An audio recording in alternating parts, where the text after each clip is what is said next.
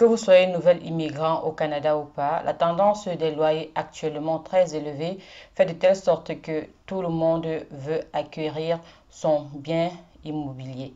Mais avez-vous pensé à tout ce que cela implique? C'est ce que nous allons voir à la suite de la vidéo juste après le générique.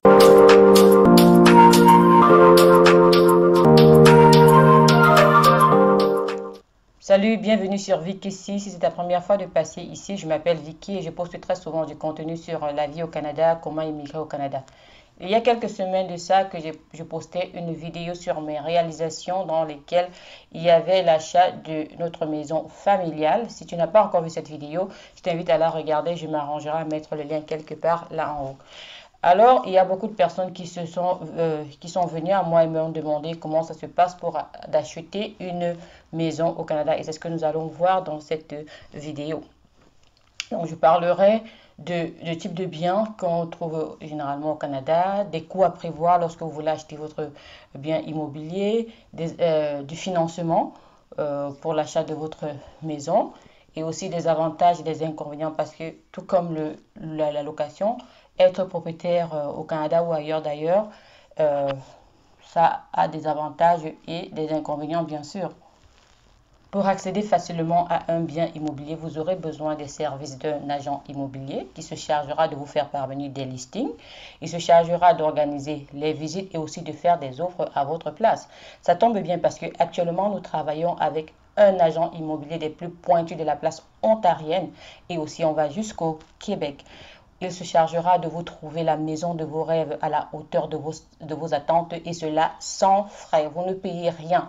Et la cerise sur le gâteau, c'est que la famille Vicky Chanel s'engage à vous offrir un cadeau pour l'achat de votre bien immobilier parce que la famille Vicky Chanel aimerait que tout Africain, tout immigrant ait le chez-soi. Nous encourageons cela et ce sera avec preuve. Donc pour tous ceux qui achèteront leur bien immobilier en passant par nous, ils pourront avoir leur cadeau. Avant de commencer à vous lancer dans la recherche de votre bien immobilier, vous devez d'abord chercher à savoir quel type de maison, de bien immobilier vous voulez acquérir et lequel correspond le mieux à vos besoins. Et c'est ce que nous allons voir à la suite, les types de biens immobiliers au Canada. Premièrement, nous avons les maisons dites individuelles ou detached house en anglais. Dans ce cas, le bâtiment et le terrain appartiennent au propriétaire et c'est lui qui est responsable de tous les frais. En deuxième position, nous avons ce qu'on appelle les maisons jumelées ou semi-détachées. Comme vous pouvez remarquer, c'est un seul bâtiment pour deux maisons et chaque propriétaire est responsable de sa partie en matière de frais. Ensuite, nous avons les logements en copropriété, encore appelés condos. Ce sont des grands bâtiments ou encore immeubles avec plusieurs appartements à l'intérieur. Chaque acquéreur d'un appartement paye des frais mensuels pour l'entretien du bâtiment. C'est attirant à cause de son prix attractif, mais je ne le recommande pas, surtout pour des familles. Juste après, on a le duplex ou le triplex, 2 ou 3 niveaux d'habitation. Cet achat permet non seulement au propriétaire d'avoir son propre logement individuel s'il le souhaite, mais aussi de louer les autres en même temps et donc d'en tirer un revenu. En dernière position, nous avons les townhouses ou les condos. Très souvent, les townhouses n'ont pas de frais. C'est différent pour le cas des condos qui ont presque toujours des frais. Encore, à la différence des condos appartements, ces condos sont des maisons. Maintenant que vous savez quel type de bien existe au Canada, vous êtes en même de pouvoir dire, ok, ce bien-ci est mieux à mes besoins que tel autre. Quels sont dans les coûts à prévoir, qu'importe le bien que vous allez choisir. Les premiers coûts qu'on va voir aujourd'hui, c'est les frais initiaux. Et dans les frais initiaux, on va parler de la mise de fonds. La mise de fonds, quand vous êtes premier acheteur, vous pouvez proposer 5%. Vous pouvez déposer 5% de la valeur de la maison. Ça peut être 10%, 20%, comme vous pouvez, mais au moins ce 5%. Vous avez les frais de notaire. Les frais de notaire ou d'avocat, parce que au Québec, par exemple, ils vont traiter avec le notaire. Nous, ici, dans la ville de l'Ontario, on va travailler avec les avocats. Après les frais initiaux, vous devez tenir compte des frais d'occupation, comme par exemple les taxes. Lorsque vous achetez une maison au Québec, par exemple, vous avez droit à ce qu'on appelle les taxes de bienvenue. Donc, la ville dans laquelle vous achetez la maison vous envoie la taxe de bienvenue. Vous êtes venu, ok, on vous accueille avec une belle taxe que vous allez payer.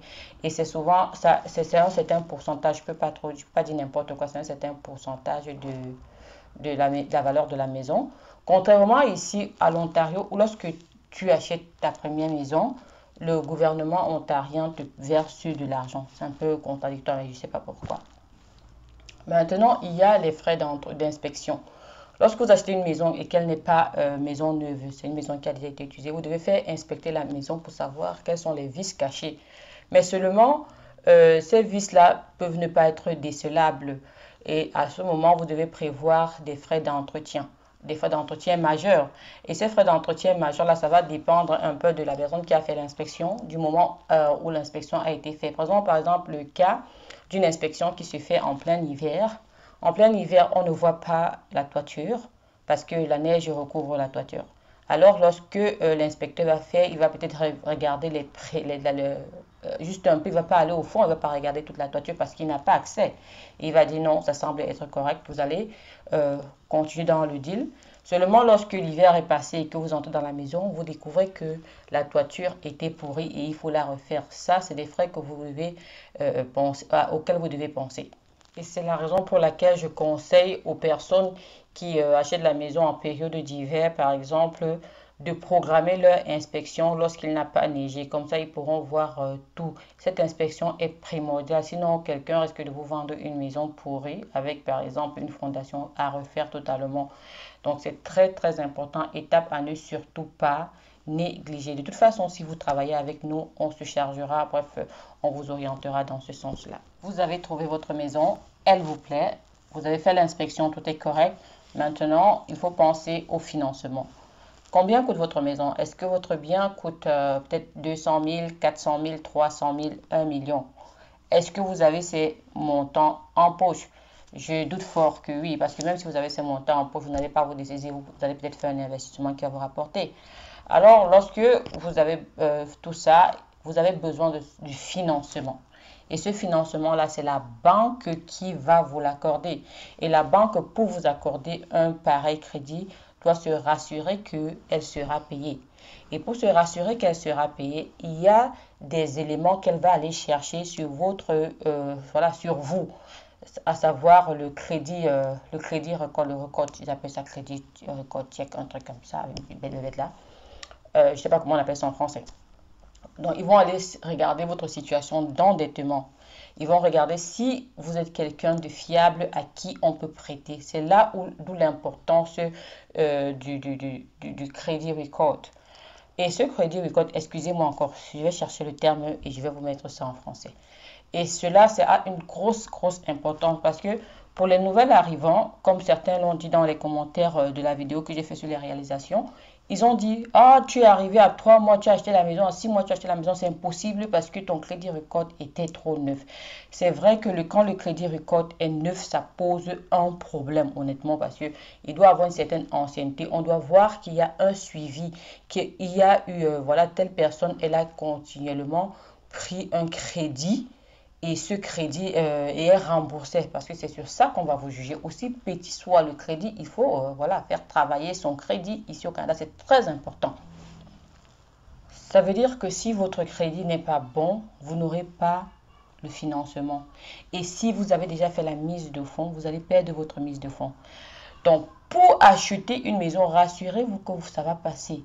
On ne se lève pas, on dit seulement qu'on va acheter la maison. Non, vous devez vous rassurer que ça va passer. Vous devez travailler avec des experts, de bonnes personnes, des personnes qui sont vraiment calées dans ce domaine-là. Sinon, vous risquez de perdre une mise de fonds. Parce que je rappelle, la mise de fonds, elle est faite avant même de commencer à chercher le financement. Mais tout cela doit être préparé. Vous savez qui va s'occuper de ça avant même de vous lancer pour ne pas faire d'erreur. Donc, je parlerai de mon cas, par exemple, dans une prochaine vidéo si le temps me le permet.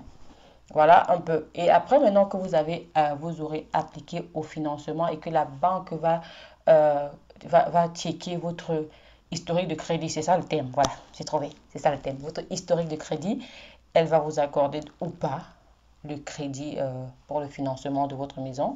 Et les frais de notaire vont donc intervenir à ce moment, ou d'avocat si vous êtes à l'Ontario. Vous allez donc à ce moment aller voir l'avocat, ok, la banque va faire la transaction et on va voilà, l'avocat va faire le transfert de la propriété de l'ancien propriétaire au nouveau propriétaire qui sera vous. Ça paraît être simple comme dit comme ça, mais je vous promets que ça n'est pas. C'est une procédure tellement stressante qu'on n'a pas envie de vivre deux fois, surtout lorsque on ne roule pas sur de l'or. Donc, on a parlé du type de bien, on a parlé des coûts à prévoir, on a parlé du financement. C'est vrai que c'est des sujets qui, voilà, où il y a beaucoup à dire. On ne va pas passer la journée là-dessus.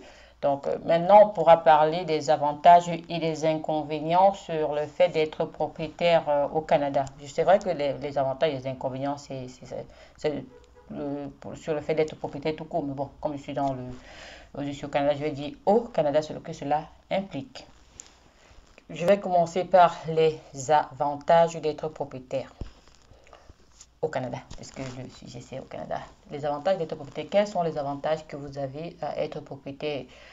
Le premier avantage dont je vais parler, c'est le fait que vous ayez un bâtiment qui soit à votre nom et qui constitue un investissement durable, parce que le fait d'acheter une maison, ça va prendre de la valeur et dans le temps, vous avez fait comme une épargne. Donc, le fait d'acheter une maison, c'est aussi, vous voyez ça aussi comme une épargne que vous faites qui va vous rapporter sur une durée de moyen à long terme, dépendamment de l'endroit où vous êtes. Parce que les maisons prennent de la valeur en fonction de l'endroit où vous les achetez. À Montréal, par exemple, les maisons ne vont pas prendre de la valeur comme à Toronto. À Toronto, ça va plus vite. Vous avez acheté une maison, vous faites facilement en 3 ans, vous pouvez faire 100 000 $ sur votre maison. Et à Montréal, ce sera plutôt dans les 30 000, quand ça va bien, 30 000 $. Donc, il y a une grosse différence parce que les maisons coûtent bien plus cher à Toronto qu'à Montréal. Ça, c'est le premier avantage que je vais voir. Le deuxième avantage que je vois dans ça, c'est que vous avez la possibilité de restaurer votre bien immobilier en immeuble locatif, en bâtiment locatif. Vous pouvez même décider de faire Airbnb. C'est ce que j'ai d'ailleurs fait de toute façon. Donc ça, il y a beaucoup de possibilités, il y a beaucoup de potentiel sur le fait d'être propriétaire. Donc c'est quelque chose à laquelle vous devez penser et vous allez bénéficier d'un revenu locatif, entre guillemets un revenu passif, quoi, parce que la personne est là, vous avez une chambre, en plus vous n'utilisez pas, vous la faites louer comme c'est devenu très commun du côté de l'Ontario aussi. Vous la faites louer aux étudiants à quelqu'un qui va payer par exemple 600 à 1000 $, dépendamment de votre bien, et ça vous fait toujours des sous en plus. Et le troisième avantage que je vois ici, c'est que si par exemple le bien ne vous plaît pas, vous avez la possibilité de transformer ce bien comme vous le souhaitez, ce que vous ne pouvez pas faire si vous êtes dans une location. Ça, c'est très bien. C'est d'ailleurs ce que je vais faire. Et si l'occasion me le permet, je vais vous montrer comment j'ai changé. J'ai tout changé dans la maison, quoi. J'ai tout et puis j'ai fait ce qui me plaît, les couleurs qui me plaisent, tout ça. Ce que je n'aurais jamais pu faire si j'étais en location sans demander l'avis de mon propriétaire. Maintenant, en termes d'inconvénients, quels sont les inconvénients au fait d'être propriétaire, que ce soit au Canada ou ailleurs? Bref, quels sont les inconvénients? C'est que vous êtes responsable de tous les frais. Ça veut dire quoi? Ça veut dire que si un appareil se gâte, c'est vous.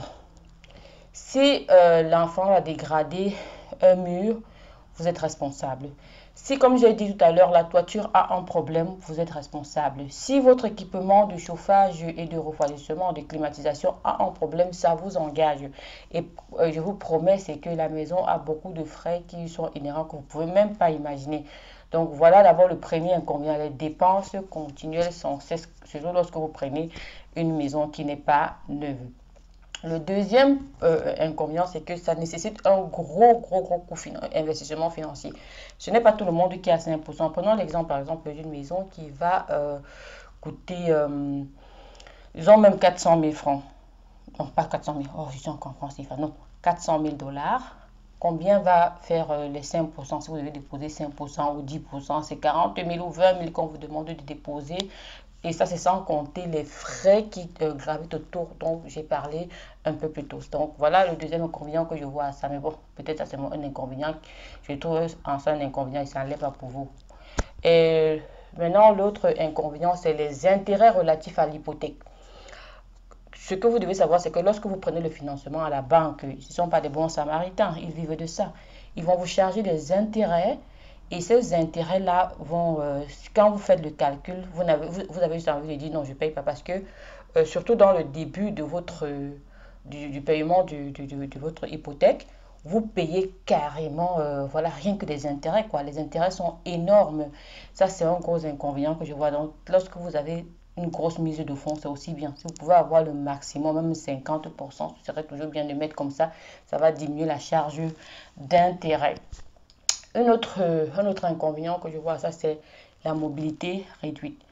Si je loue, par exemple, je peux louer et si je suis en location quelque part et je trouve un boulot dans une autre ville, je n'ai pas de stress. Je peux me dire, ok, je vais me dire juste au bailleur, je pars la semaine prochaine, je pars le mois prochain. Ce qui n'est pas le cas lorsque vous avez un bien, que le bien vous appartient. C'est toute une autre histoire, la complication. Est-ce que je vais vendre? Est-ce que je vais mettre à louer? Il faut trouver le locataire. Donc, votre mobilité, quoi qu'on dise, est quand même réduite, quoi. Et le dernier inconvénient que je vais voir, ça, c'est votre charge de logement mensuel est élevée. C'est clair que payer un loyer serait un peu plus moins cher et payer une hypothèque est bien plus élevé. C'est logique. Et ça, avec toutes les charges que ça comporte, charges de gaz, électricité, chauffage, etc., etc. Donc, ça vous revient bien plus cher. Mais vu sur le court terme, ça semble être beaucoup, mais sur le long terme, vous sortez gagnant. Si vous avez déjà acquis votre bien immobilier, vraiment, je vous souhaite mes félicitations. Vous avez fait le bon choix, surtout quand on connaît les loyers qui sont très, très, très élevés ici là. Si vous ne l'avez pas encore fait, n'hésitez pas à nous contacter pour qu'on vous accompagne dans le processus d'achat de votre premier bien immobilier ou un second d'ailleurs. Et si jamais vous êtes intéressé par avoir un bien locatif en Afrique, n'hésitez pas, n'oubliez pas et surtout ne manquez pas de nous suivre dans cette interview live que je vais donner avec un promoteur qui finance les projets des personnes qui sont intéressées à avoir des biens, des immeubles en Afrique et des maisons en Afrique. Vous pouvez voir le rendez-vous, ce sera ce mercredi 13, bien sûr, sur mes médias. Et puis, vous pouvez partager l'information, ne la gardez pas pour vous. C'était Vicky depuis Toronto. Je vous fais plein de bisous. Bye bye.